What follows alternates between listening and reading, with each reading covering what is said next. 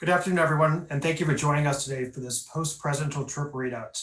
I'm Jason Marzak, Director of the Adrian Arst Latin America Center at the Atlantic Council. It's my distinct pleasure to welcome today Mexico's Ambassador to the United States, Marta Bárcena, as well as the United States Ambassador to Mexico, Christopher Landau. Ambassadors Bárcena and Landau, it's been quite a whirlwind 24 hours, so thank you very much for taking the time to speak on yesterday's visit at this on-the-record discussion. I want to also acknowledge the many guests who are here today joining us via Zoom, including Adrian Arst, the Atlantic Council Executive Vice Chair and founder of both the Adrian Arst Latin America Center, as well as the Adrian Arst Rockefeller Foundation Resilience Center, as well as our Atlantic Council Ambassador in Residence and now author, Capricia Marshall, whose book Protocol came out just 2 weeks ago. Capricia, I was looking at yesterday's ceremonies and with what you put in your book and seeing that it all went to perfection. I'm going to go ahead and briefly introduce each ambassador, then we'll engage in our discussion. Ambassador Bárcena has a quite impressive diplomatic career. She started her mission here in Washington in January 2019 and has had many incredible accomplishments in just her year and a half here, including, among other things, the ratification of USMCA, which, Ambassador, I recall President López Obrador personally thanking you for at one of his mañaneras. He was talking about the agreement. The ambassador also previously served as permanent representative of Mexico to the UN agencies based in Rome, while also serving as ambassador to the Republic of Turkey, Denmark, and as consul in Barcelona, among other positions. So welcome, Ambassador Bárcena. Great to have you today. Thank you, Jason. It's really an honor to be here today with my colleague, Christopher Landau, with you in Atlantic Council, and have the privilege among in the participants to have my dear friend and respected friend, Adrian Arst. Without her, Atlantic Council Latin American Center would not be the same. And I know, and everybody knows, that she is really the soul of many of the discussions around Latin America in Washington, D.C. Thank you very much, Ambassador. I echo your sentiments in on Adrian. We're also joined today by U.S. Ambassador to Mexico, Christopher Landau. Ambassador Landau began his diplomatic mission in August 2019, so I guess, Ambassador, just coming up on your 1 year mark. He's done an incredible job to cultivate ties between the two nations in his almost 1 year in Mexico. Besides being a Twitter superstar, maybe that new title, Ambassador, he's also a leading constitutional and appellate attorney, but above all, diplomatic service also runs through his family, where Ambassador Landau's father was also a distinguished member of the U.S. Foreign Service. Ambassador Landau, it's an honor to have you here today. My pleasure. So I will start off again congratulating both ambassadors on the completion of this official visit. Sure, it's been quite an intense couple weeks and, of course, 24 hours. As those of you listening likely know, yesterday, President López Obrador and President Trump held a series of working meetings and a working dinner with the business community in commemoration of the entry into force of USMCA. The purpose of our conversation over the next 30 minutes is to go beyond the president's statements and to hear from both ambassadors who are in the room in these discussions about the events that transpired yesterday, as well as the next steps. And I want to start our conversation off with you, Ambassador Bárcena. President López Obrador's trip to Washington was, as all know, his first international trip. Began, my understanding, Ambassador, with a flawless connection in Atlanta, which is a rarity. And he even arrived early into Dulles. I think it was 20 minutes early into Dulles. He arrived on Tuesday night. So that's always a good omen. Many of the participants with us today watched those sets of remarks yesterday and read the joint statement that came out of the meetings. Can you start off with expanding on what you see as the specific accomplishments of the trip? Yes, thank you very much, Jason. I would summarize the specific announcements or focus of the trips in 3 areas. First and foremost, because it was stated as the main objective of the trip, was to underline and celebrate the entry into force of the USMCA. Because in opinion of President López Obrador and the Mexican government, the entry into force of USMCA starts a new age of a relationship in the North American region and between Mexico and the US. And why does it start a new age? Because this is really a modernized agreement, which will be a template for agreements on free trade to come. And because this agreement includes areas that were never included in other agreements before, giving particularly attention to rights of workers and to environmental protection. And this agreement entering into force now, at the same time as we see a reorganization of the global economy and the recovery of the global economy after the pandemic, or now with the challenge of the pandemic, then what we are seeing and contemplating is a relocalization of global supply chains. And what we are foreseeing is that these global supply chains will become more regional.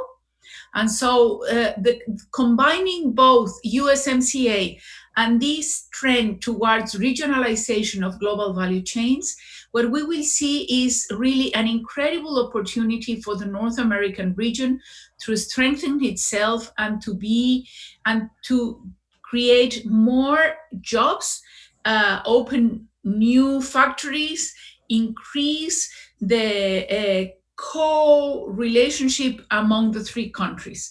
So this was the main message, and this is one of the main results.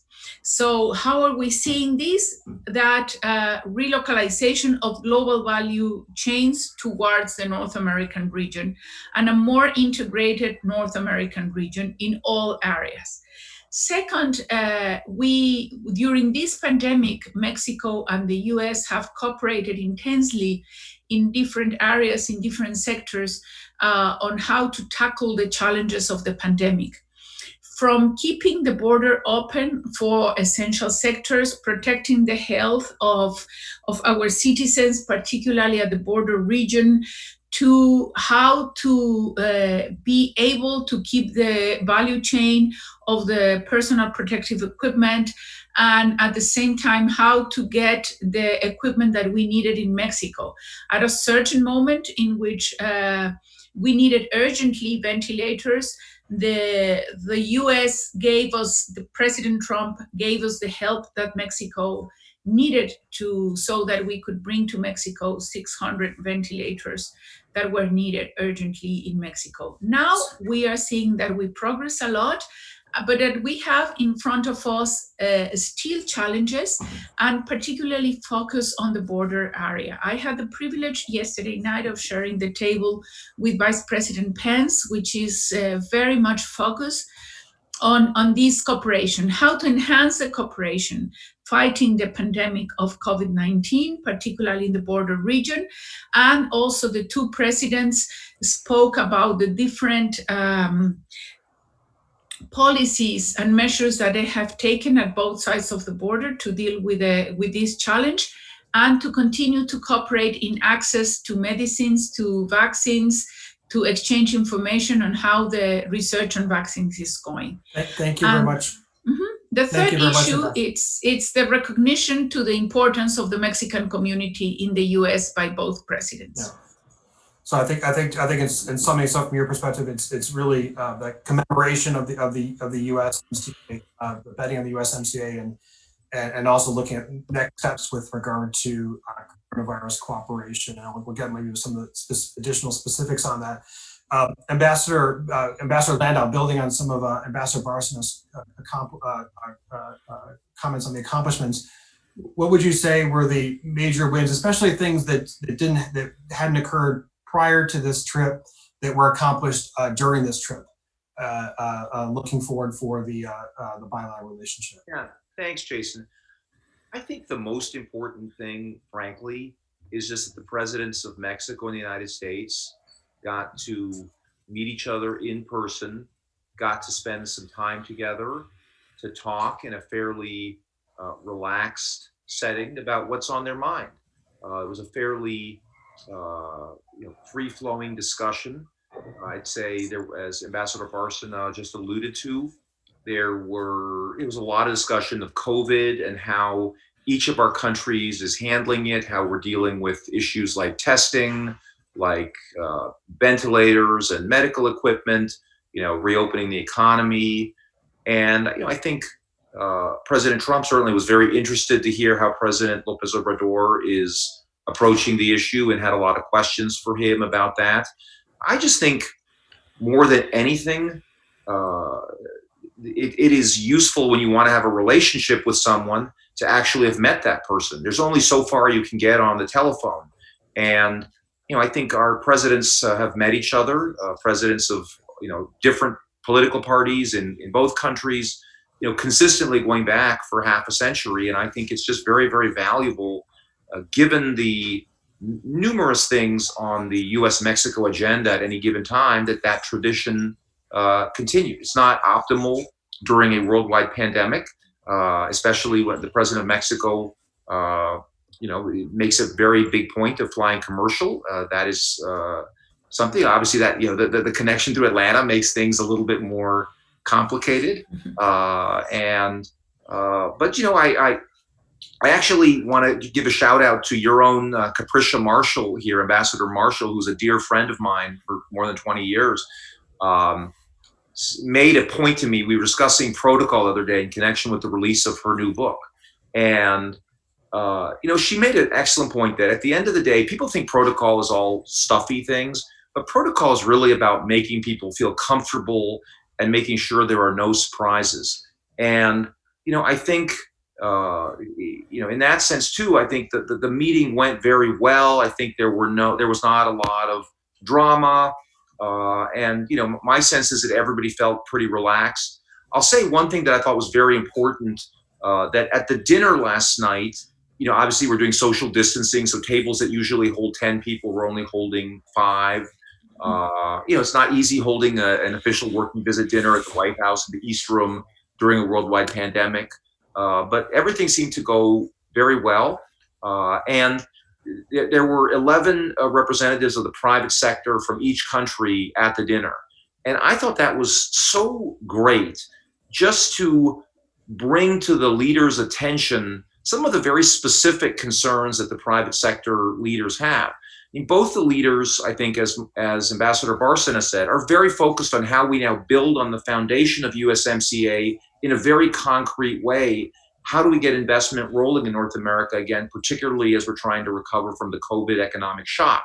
And some of the businessmen from both sides and women from both sides of the border had very interesting, suggestions in terms of, particular projects that can get rolling, and how we bring investment in from the Far East back to North America. As Ambassador Barcena said, reshoring or relocalization of investments is a big topic. And I think we got to stop kind of talking about it in the abstract and really get down to brass tacks in terms of making it happen. So anyway, I think from my point of view, at least, the most important takeaway from the visit was just, I think there was a genuine, bond created between our two presidents. And I think that bond will pay off in crises that we don't yet anticipate right now, but in innumerable ways. Thanks. That's great. That's great. Thank you, Ambassador. Ambassador Barcena, Ambassador Landau was mentioning, you were mentioning as well, USMCA and the importance of the working dinner last night, and great, Ambassador Landau, the potential projects that were mentioned as part of that. Yes. This is USMCA, of course. Ambassador Barcena, you, as I mentioned at the outset, did an impeccable job at getting that agreement forward to ratification, working with Republicans and Democrats to collectively push it over the finish line, and especially in the final stages, working with Democrats to move for ratification and the additional provisions that Democrats wanted in the agreement to pass in the House. This agreement, is President Lopez over one of his comments publicly yesterday, said that this is the beginning of a new stage in reference to the agreement. And my question for you is, given how important bipartisan support was for moving the agreement forward, how will Mexico continue to work across the aisle in light of especially some of the concerns about the president's decision to forego a meeting with Democrats as we enter this new phase of USMCA implementation? Yes, thank you, Jason. As you well said, we work very closely with the House of Representatives and the Senate, and particularly with the leaders of the different committees that were involved in the ratification process, and with the Speaker Pelosi. President Lopez Obrador received several codels led by Congressman Richard Neal, Elliot Engel and Earl Blumenauer. And we are still working with the Ways and Means Committee, with the Foreign Relations Committee on many issues that needs to be implemented within USMCA. I don't have any doubt that this conversation and this dialogue will continue. You see, President López Obrador's visit was very short and it was a full program. And you can say, well, but he did have a couple of hours here and there to meet. Yes, but you have to take into account that the visit was taking place in the middle of a pandemic. So we had to follow very concrete and essential sanitary measures. So we couldn't run from one place to another. And I think as the old books of wisdom in every part says, there is always a time for everything under the sun. And this time was to underline the importance of the entry into force of USMCA and the meeting and knowing each other for the first time personally of two heads of state.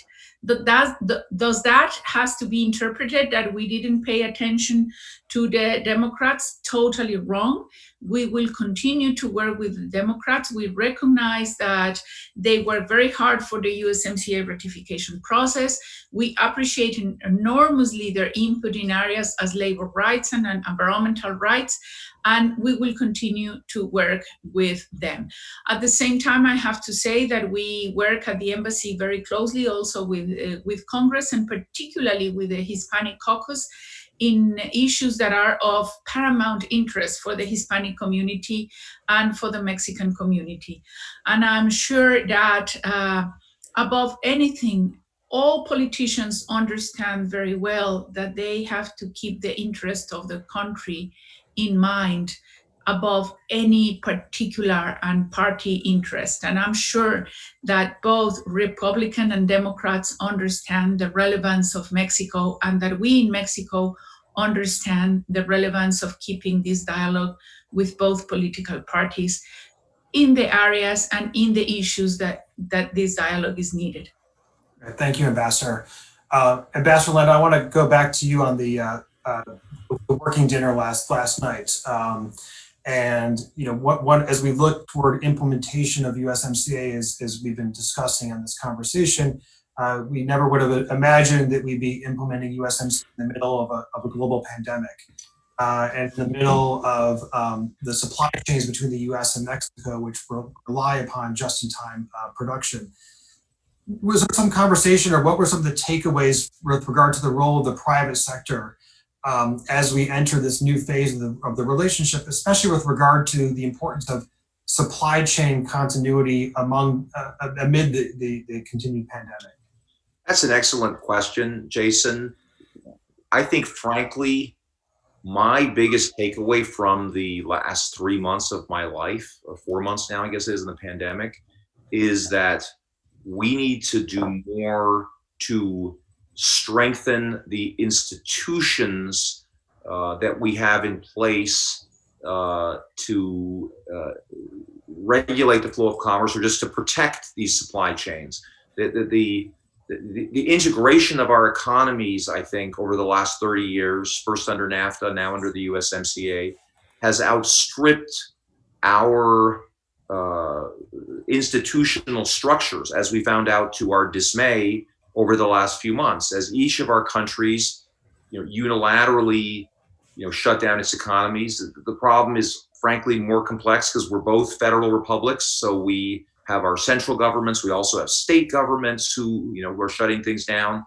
I think it is imperative to recognize that we are so economically interdependent, and have some kind of a body that immediately, if there's any kind of a disruption, goes into effect to be talking to each other and monitoring it. Because once you're in the middle of the crisis, it's too late to be starting to set up a body. Everybody is already focused on their own objectives.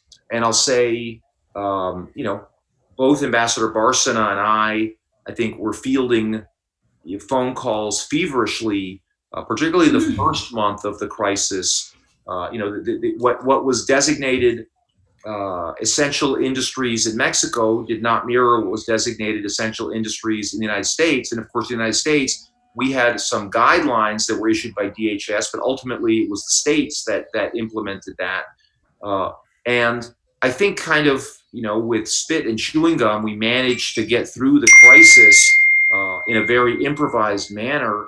But I think we need to, and I think the USMCA provides a good umbrella for this, have some kind of a committee that will immediately go into effect to coordinate, cross-border supply chains. It's too important to our countries. And, frankly, we're still dealing with the issue. I mean, the economies are opening up, but last night at dinner, I was talking to one of the senior executives from the Ford Motor Company, and they produce engines in Chihuahua, Mexico, and the governor there, responding to the health crisis, has limited industrial capacity to 50%, and they're saying that they're going to have to start shutting down their factories in the United States as of next week if they don't get that rolling. We need to have a mechanism to deal with that. Yeah, it's a great tangible idea to come out of this, and couldn't agree more. I know how much time was spent in the spring trying to work through different supply chains. I'll remind everyone who's watching, if you want to submit a question, you can do so via the Q&A function. Turning back to you, Ambassador Barca, another move to next steps, but I want to also ask, in President Lopez Obrador's remarks yesterday, he twice mentioned the respect with which President Trump has treated Mexico and fellow Mexicans. And I want to ask you how you address. There's been some questions that have subsequently been raised around that comment, and if you could address that comment and President Lopez Obrador's perspective in that regard. Well, I think that what was pretty noticeable, and that it was really one of the most important outcomes, is that President Trump was very clear in his speech in recognizing the increasing importance of the Mexican community and the Hispanic community in the US, recognizing that they are establishing businesses, that they are growing this, and at a certain time, which maybe Chris will help me to remember because there were several speeches, he said, Mexicans are fantastic persons. So, I mean, this change of words, it's very important. And we have to recognize what this change of the use of words mean in the perspective of how relevant has become Mexico for the US and the Mexicans. At the same time, President Lopez Obrador underlined very clear that migrants that had to migrate to the US because they were looking for better jobs, for a better economic situation, because they didn't have the opportunities, unfortunately, that we should have offered them in Mexico. They were honest and working people, and that they contribute greatly to the United States and to the grandeur of the United States. So these people, a lot of people would say, oh, they are only words. They are important words, because really words also build your identity. Words also get respect. And this is something that we have to underline. I think this shows a progress on how the perception on each other have changed. And as Ambassador Landau said, the possibility of the two presidents meeting together and talking about these together and about the common challenges that they have had, each one in its own country, and the common bilateral challenges is a huge step forward. We have to remember, and I think Capricia Marshall knows this very well, that diplomacy it's there to build bridges in general, to avoid crisis, to avoid confrontations. And in this way, I think we work very carefully this visit, both sides, we work very carefully this visit to continue to build these bridges, not only between the two governments, but increase and build these bridges between the two societies and the perception. Sometimes the perception of each other might be not exactly according to reality, And this visit has helped us, and the narratives, the statements of the two presidents have helped us to build these bridges, to understand each other better. Thank you, Ambassador. That's so important, and also, of course, makes your job and Ambassador Landau your job easier too, to have that understanding between the leaders and between the people. I want to. There's a question here in the chat, but I want to also, Ambassador Landau, ask you as you head back to Mexico, what you see as some of the immediate next steps for building on some of the issues discussed in the series of White House meetings, and perhaps you or there's also, or Ambassador Barcelona wants to also comment. There's a question on whether security cooperation was raised at the discussions, including Cesar Duarte, who all of you who are watching know is a former Mexican state governor who became a fugitive and was just arrested in Miami. So a question with regarding that arrest on the Q&A, but also your immediate priorities going back to Mexico, Ambassador Landau, as well as security cooperation. My priorities going back to Mexico are really to try to build in a very practical way on the new foundation of USMCA by restarting investment. We've been talking now ever since I arrived in Mexico a year ago about how we need, this is a golden opportunity for Mexico in particular, but for really the entire North American region in general, to bring back supply chains that were lost to Asia, over the last 20 years. And I hope this is a bipartisan issue, by the way, regardless of what happens in the United States this November. I think it is very valuable for our entire region, and I think this transcends party. I hope so. Obviously, my sense is that it should. I think the pandemic has underscored that there are certainly national security reasons as well as economic reasons that we have become way too dependent on particularly China for so much manufacturing, and that there are great job opportunities that really belong here in North America. I was talking to the chairman of Intel who was at my table last night. I was saying, look, what does it take to get you guys to move your chip factory that is in Guangzhou to Guadalajara? And who else is knocking at your door? I mean, is Vietnam there? Is India there? And I think countries are hustling. I mean, people realize around the world that this is a moment of flux. The pandemic, I think, has only accentuated it. So I really want to devote myself to this affirmative agenda of trying to take what's been a lot of words and really talk about results and work together with the Mexicans, because I see this as a win-win situation where we in Mexico really share this interest. Obviously, each of us would prefer to have plants back in our own country or in our own country, but business, certainly it's better for both of us to be in the other's country than in Bangladesh or in Vietnam or in Thailand. And so I'm hoping that we can kind of hammer out very concrete plans with the Mexican government to do an affirmative outreach to the U.S. private sector and to multinational companies to bring manufacturing jobs and supply chains back to Mexico and to North America, I should say, including Mexico, also the United States, Canada, obviously. But that is my number one priority coming out of this meeting, and I've got a clear focus on that. That's fantastic, and of course, it's talking about the USMCA provides that platform. Yep, exactly. To be able to do that.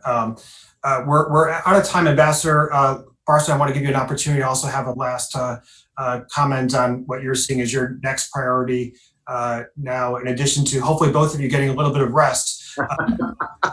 No, I would just only concur with Ambassador Landau, with Chris. I mean, the priority and the instructions that I received from President López Obrador is, listen, you have to hurry up, you have to work hard to identify exactly these investments that we need to bring back to the North American region. So we have to find the right mechanism and that it could be related also to what Ambassador Landau mentioned about the essential sector harmonization. So we may need to find a title, call it a standing committee, call it working group, call it consultation mechanism on essential sectors with two main tasks. One, be certain that in any other pandemic or emergency, the two countries will have the processes and mechanisms to consult each other to harmonize almost immediately on what is considered essential sectors, even with the difficulties of which federal states confront, the relationship between federal and local states. But second is identifying which are the sectors that are essential for the development and security of the North American region, and focus on bringing those supply chains to the region and strengthening them. And I think this is the main task, and this is what we listen from different companies. At my table there was the new CEO of Lockheed Martin, and he was telling me, and I will not quote the countries, he said, we had a lot of problems with suppliers in countries X and X. And in Mexico, we had this problem for 2 or 3 days, and then it was solved. So now the company is in the process of studying where to change suppliers or where to build new factories, to support the building of new factories in which we can have the guarantee that they will be reliable suppliers. And I think that is the priority that we need to have in mind now that we are in the recovery or starting the economic recovery from pandemic at the same time that we are implementing USMCA. I would say that I will concentrate on that, and also on establishing the dialogue of what we can do specifically to increase cooperation on health at the border area, at the border region. Two incredibly important topics, and as we've looked at in the past, for the U.S. and Mexico, cooperation is fundamental for North America's ability to effectively compete in the global economy, especially at this time of global economic contraction, and the opportunities that USMCA opens up are I think boundless in that regard.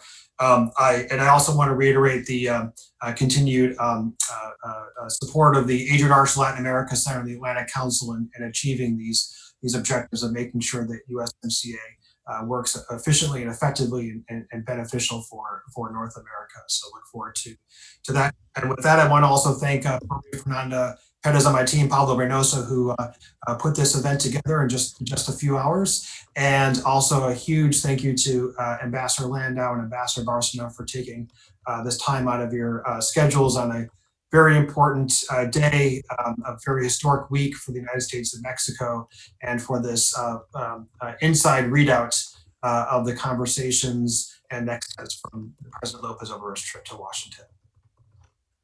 Thank you for the invitation. It was a pleasure to be with you, Jason. Yes, it has been really an honor and a pleasure to be with you. And as President Lopez Obrador said yesterday at the closing of the dinner, if you have a specific, if the companies, you companies have a specific complaints or doubts, and we listened to some of them at the dinner and before, please contact the embassy, the ambassador, the foreign minister, or the office of Ingeniero Alfonso Romo. And for the working of the essential sectors and identifying the essential sectors, there will be the embassy, the foreign ministry, and the Secretaría de Economía. And we are there to help. We are having a very clear map exactly on where do we have the problems. And I think they are working in Mexico to give a solution to several issues. I just want you to be assured and certain that President Lopez Obrador left Washington, D.C. with a more clear panorama of the opportunities that there are with USMCA and also with the challenges that we have to solve, and to reiterate to the business sector that Mexico is there to receive you and it will give you certainty. Thank you very much, Ambassador, and thank you for everybody who's joined us today. And look forward to our next conversation. Thank you, Jason. Thank you. Thank you. Bye. Bye-bye.